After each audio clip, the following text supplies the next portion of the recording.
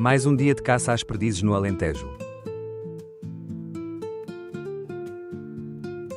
Depois de chegarmos ao local e de formarmos uma linha com todos os caçadores presentes, começa a jornada de caça.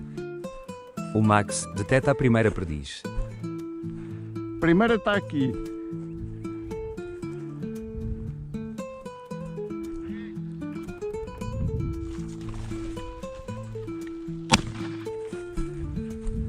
Primeiro tiro, primeiro abate.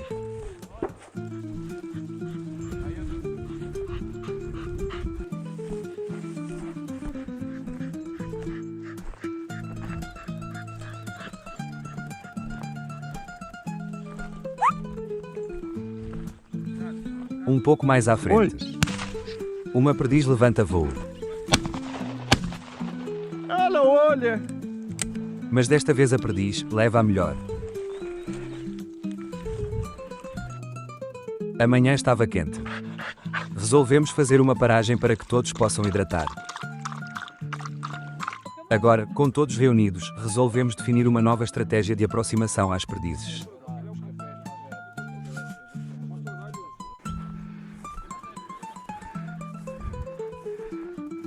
O Max parece ter dado com o rastro de uma perdiz.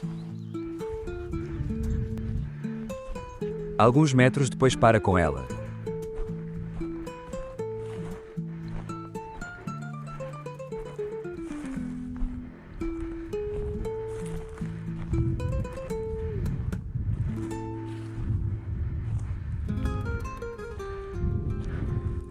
Tira!